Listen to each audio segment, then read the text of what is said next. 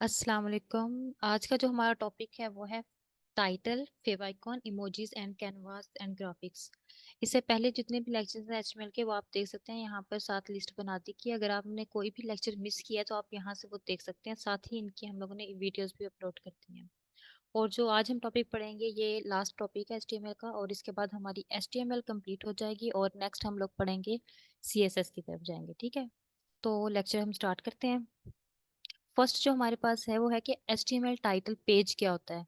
Title page ये होता है कि जैसे कि हमारा नाम है कि हम अपने नाम से पहचाने जाते हैं। जैसे कि हम कुछ मूवी वगैरह देखते हैं तो उसका टाइटल देख के हमें पता चल जाता है कि इस मूवी के इस ड्रामे के अंदर क्या हो रहा होगा। इसी तरह से कुछ वेब पेजेस होते हैं जिनको हम टाइटल देते हैं। टाइटल से क्या होता है, पता चल जाता है कि ये पेज वेब पेज किस चीज के लिए बनाया गया है। ठीक है, तो टाइटल देने का तरीका ये होता है कि आपने हेड का टैग, यहाँ पर आप एग्जांपल देख सकते हैं कि यहाँ पर आपने हेड के टैग के अंदर टाइटल देना होता है और टाइटल देकर बताना होता है कि वो किस चीज़ से रिलेटेड है। यहाँ पर हम लोगों ने टाइटल में लिखा हुआ है स्टूडेंट एरा। जैसे आप हमारी वेबसाइट पे जाएंगे तो वहाँ पर आपको स्टूडेंट एरा लिखा नजर आता है ऊपर। तो वो क्या होता है, वो हमारे पे टाइटल शो हो रहा था, तो जब भी कोई उस वेबसाइट पे आएगा तो उसे पता चल जाएगा कि ये वेबसाइट स्टडी से रिलेटेड है। टाइटल जो होता है ये ब्राउजर के टूल बार में शो होता है स्टार्ट में, जैसे ये यहाँ पर है, ये टाइटल हमारे पास शो हो रहा है। और सबसे अच्छी बात ये है कि ये एसईओ के लिए सबसे अच्छा साबित होता है, इसके लिए इम्पोर्टेंट होता है, जिसके जरिए हमारी वेबसाइट को सर्च किया जा रहा होता है। तो इसे लिखने का तरीका यही होता है कि आपने इसे हेड में जाना है और हेड में जाके वहां पर इसे टाइटल को इस तरह से लिख देना है। चलिए हम लोग करके देखते हैं। यहाँ पर मैंने एक पेज बना रखा है practice.html के नेम से। यहाँ पर अगर हम शिफ्ट दबा के एक्सक्लेमेशन मार्क प्रेस करते हैं तो ये सबसे पहले आ जाता है, ये वाला। तो हम इसे सिलेक्ट करेंगे। यहाँ से हमें ये कोड बना हुआ मिल जाता है। तो इस कोड में आप देखेंगे कि ये हमारे पास हेड है। इस हेड के अंदर इन लोगों ने हमें टाइटल दिया हुआ है। अब हमने जो भी टाइटल देना होगा अपनी वेबसाइट से रिलेटेड, पेज से रिलेटेड, तो हम इसे यहाँ पर दे देंगे। लेट्स सपोज मैं देती हूँ कि अब हम प्रैक्टिस कर रहे हैं तो प्रैक्टिस से रिलेटेड दे देते हैं। कंट्रोल S करके इसको सेव करेंगे। देन इसे पेज पे ब्राउज में ओपन करेंगे।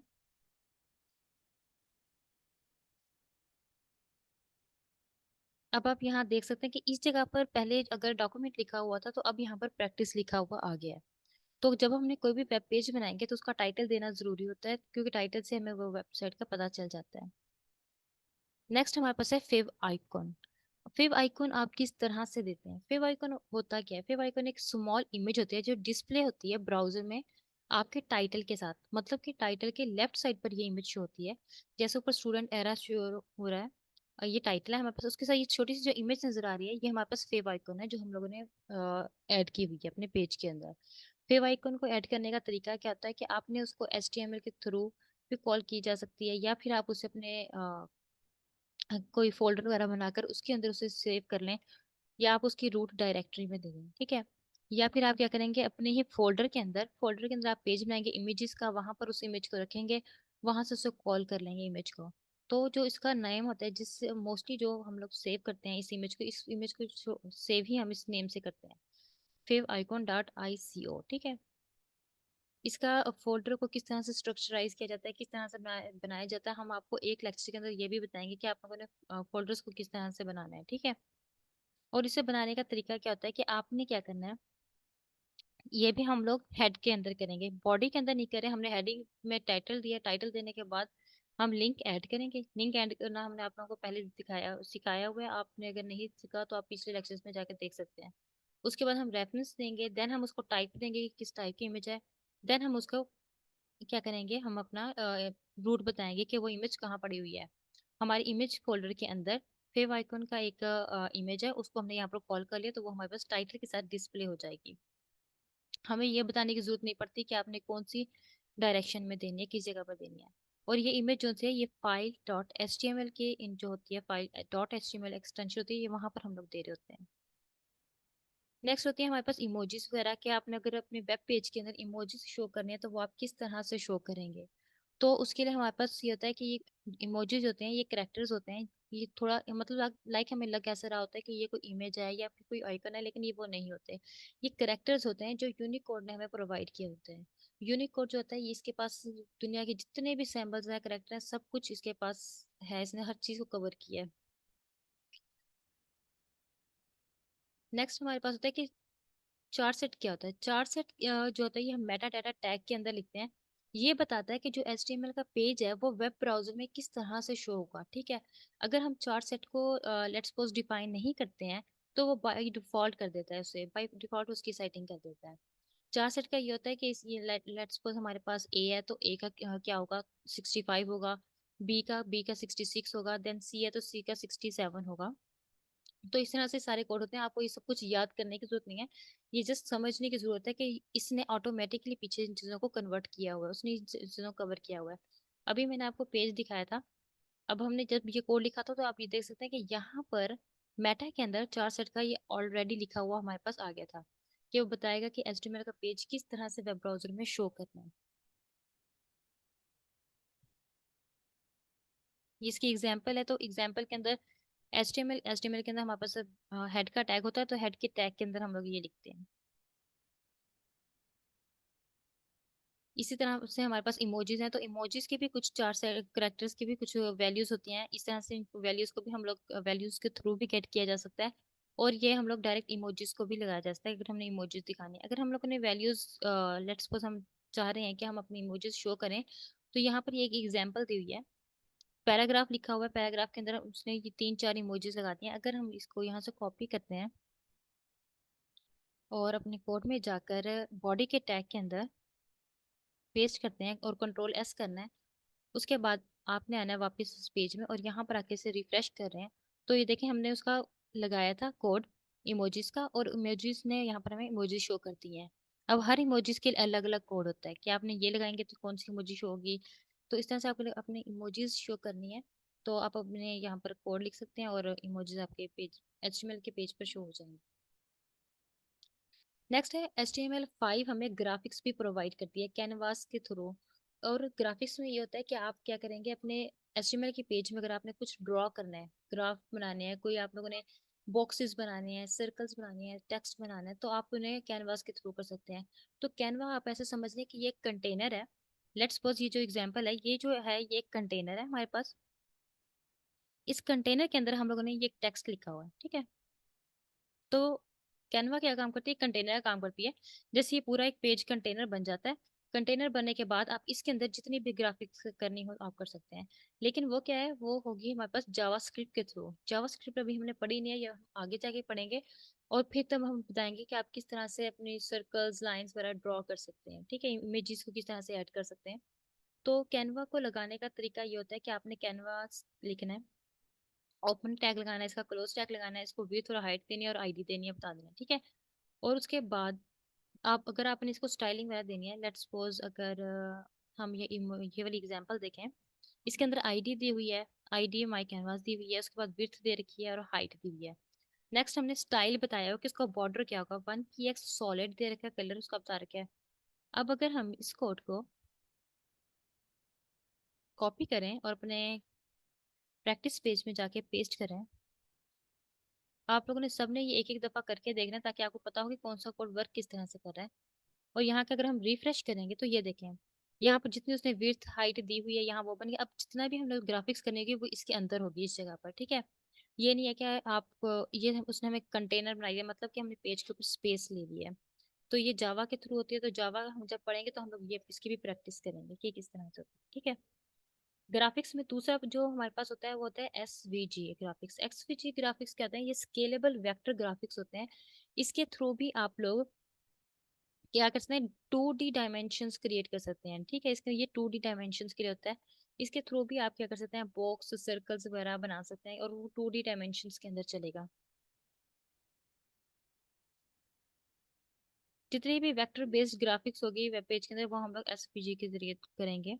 और इसे करने का ये है कि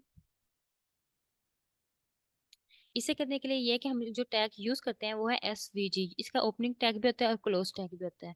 अगर आपने कोई अपने बनाने या कोई भी ड्राइंग वगैरह करनी है, कुछ करना है, तो इसके लिए आप लोगों को जावास्क्रिप्ट में नहीं जा सकते, आप सिंपल यहाँ पर भी कर सकते हैं कि SVG का टैग लिखेंगे, उसको विड्थ और हाइट देंगे, उसके अंदर आप बताएंगे कि आप लोग सर्कल बनाना चाह रहे हैं, रेक्टेंगल बनाना चाह रहे हैं, या आप एक सिंपल लाइन बनाना चाह रहे हैं। तो वो आपके ऊपर होता है कि आप किस क्या बनाना चाह रहे हैं, तो आपने वो बनाना है, ठीक है।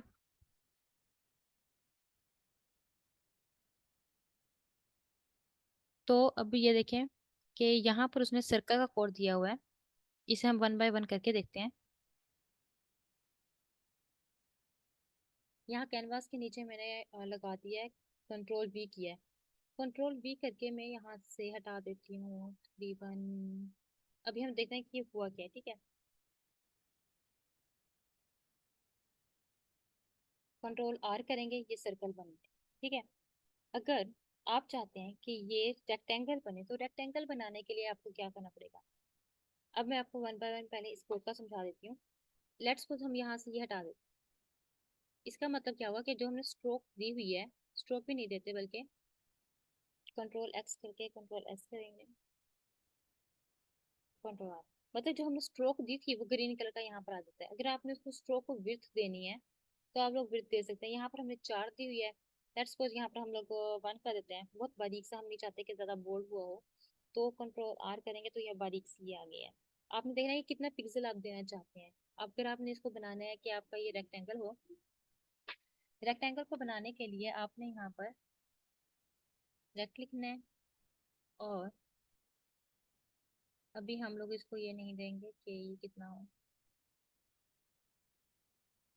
हमने ये बताना है कि एक्सेस एक्सेस एक्सिस से कितना होगा। तो वो हम वापस आर को एक्स में ये देंगे और वाई एक्सिस पे हम देंगे एक्स को, ये 50% हो जाए। रेडियस हम नहीं देंगे, हम अभी रेक्टेंगल बना रहे हैं, अभी हम रेडियस नहीं देना चाहते। और नेक्स्ट हम देंगे इसको विड्थ और हाइट।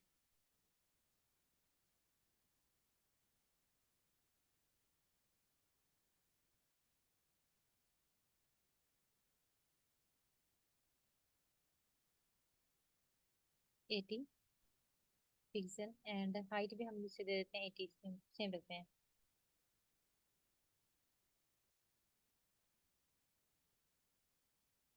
हाइट और विड्थ हम लोग सेम रखेंगे क्योंकि हम लोग रेक्टेंगल बना रहे हैं। देन कलर वगैरह हर चीज़ ये रखेंगे। और विड्थ हम इसकी बढ़ा देते हैं ताकि प्रोमिनेंट नजर आए, इसको हम 4 ही कर देते हैं। अब ये अभी हमारे पास रेक्टेंगल बना हुआ है। अब ये देखें, मैंने 1 मिनट वैल्यू चेंज की है। रेक्टेंगल को हमने एक्स एक्सिस दिया है एंड आर एक्स दिया हम 50।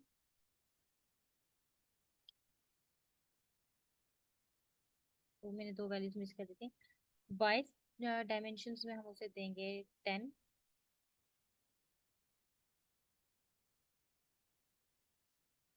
एंड एक्स एक्सिस पे देंगे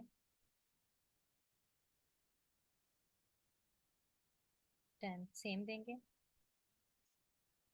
एक एक कोड को ना एक एक लाइन पे लिख के देखना है कि जो हम लिख रहे हैं उसका इम्पैक्ट क्या पड़ रहा है, ठीक है। फिर उसे आके चेंज करना है। अगर आप एक साथ ही कोड उठाकर कॉपी पेस्ट करेंगे तो आपको समझ नहीं आएगी कि वो किस तरह से वर्क कर रहा है। अभी हमारे पास ये सर्कल आया, अभी हमने उसको वाई और एक्स एक्सेस दे दिया है, ठीक है।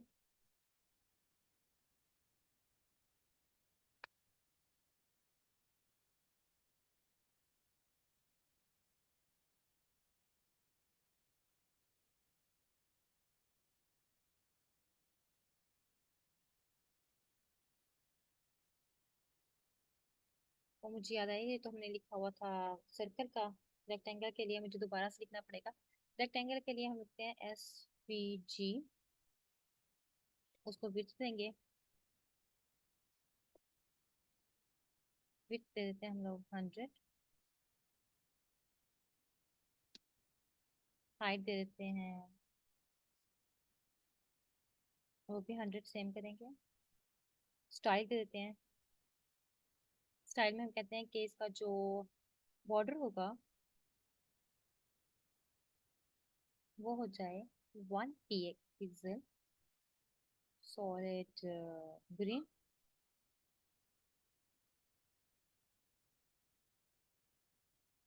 टैग क्लोज करते हैं और ठीक है, कंट्रोल एस करेंगे। अब ये देखते हैं कि इससे क्या होता है। हमारे पास ये बन गया। इसकी विड्थ और हाइट अगर इंक्रीज करनी है तो हम यहाँ से इंक्रीज कर सकते हैं, यहाँ से 150 कर देते हैं और इसे भी 150 कर देते हैं। कंट्रोल एस करेंगे एंड देन ये हमारे पास थोड़ा ब्रॉड हो गया है। उसके बाद अब हमने रेक्टेंगल बनाना है, तो रेक्टेंगल बनाने के लिए आपने क्या करना है, इस टैग के अंदर जाना है। और यहाँ पर रेक्टेंगल देंगे, उसको आर एक्स देंगे 80, एक्स देंगे हम इसे 10,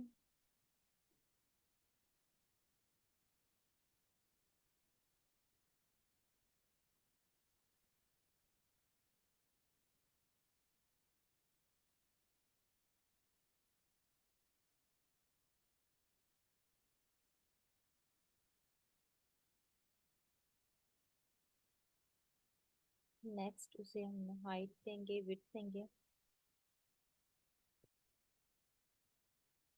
जैसे विड्थ और हाइट आपने यहाँ दी है तकरीबन, हम इसी कॉपी कर लेते हैं और विड्थ और हाइट दे देते हैं। कितना कितना देना चाहते हैं? अभी हम विड्थ और हाइट इसे कम ही देंगे, तकरीबन 80 कर लेते हैं। 80 विड्थ दे दिया और 80 ही हम इसे हाइट देंगे। कंट्रोल एस करेंगे, अभी देखते हैं कि क्या बना है।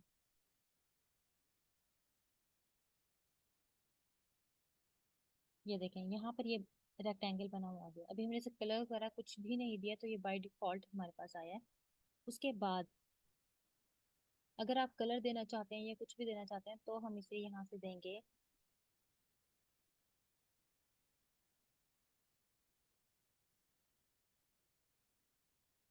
येलो। और स्ट्रोक देना चाहेंगे तो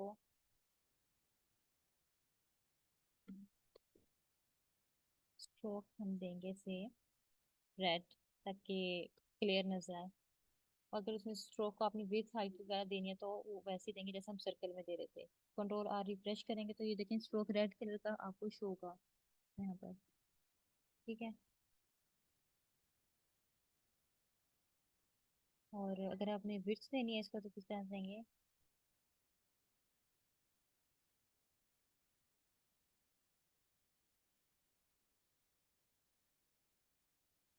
स्ट्रोक विड्थ देंगे और 5 या 4, समथिंग लाइक दैट। आप अपनी मर्जी से कुछ भी दे सकते हैं, ज़्यादा या कम कर सकते हैं। इसे हम यहाँ से इसको remove कर देते हैं। अब इसको बना रहे हैं, हम रेक्टेंगल बना रहे हैं तो यहाँ पर हम 3 कर देंगे। और इस तरह से आप अपने शेप्स चेंज करके देखने हैं कि ये किस तरह से वर्क किस तरह से कर रहे हैं। ठीक है।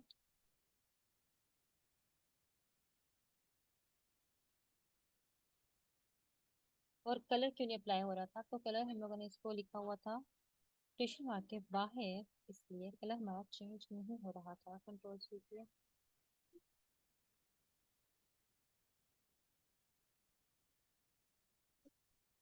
और कुछ भी आपने देना हो इसको भी हम यहाँ से चेंज कर देते हैं। कलर्स के बारे में भी आप लोगों को हमने बताया था कि ये आरजीबी कलर क्या होते हैं और आप किस तरह से सॉलिड कलर दे सकते हैं, वो आपने देना है, वो बताना है। तो अगर आपने कोई भी ग्राफिक्स वगैरह करनी है अपने एचटीएमएल के पेज के ऊपर तो आप क्या कर सकते हैं, आप ये एसवीजी और कैनवास के थ्रू कर सकते हैं। कैनवास के अंदर ये है कि हम लोग करना पड़ता है कि आपने जावा स्क्रिप्ट लगानी है। तो जावा स्क्रिप्ट जब हम पढ़ेंगे हम लोग तब उसका करेंगे। और कैनवा इसको हम यूज़ कर सकते हैं। लेट्स सपोज आप कुछ इमेज लगाना चाह रहे हैं, कुछ स्टार वगैरह बनाना चाह रहे हैं, कुछ भी इस तरह का पेज पे बनाना चाह रहे हैं कि आपको क्रिएटिव पेज लगे, तो आप इन ग्राफिक्स को यूज़ कर सकते हैं। ये हमें HTML 5.0 वर्जन है प्रोवाइड किया है। तो यहाँ पर हमारा लास्ट लेक्चर है जो वाइंड अप हो जाता है।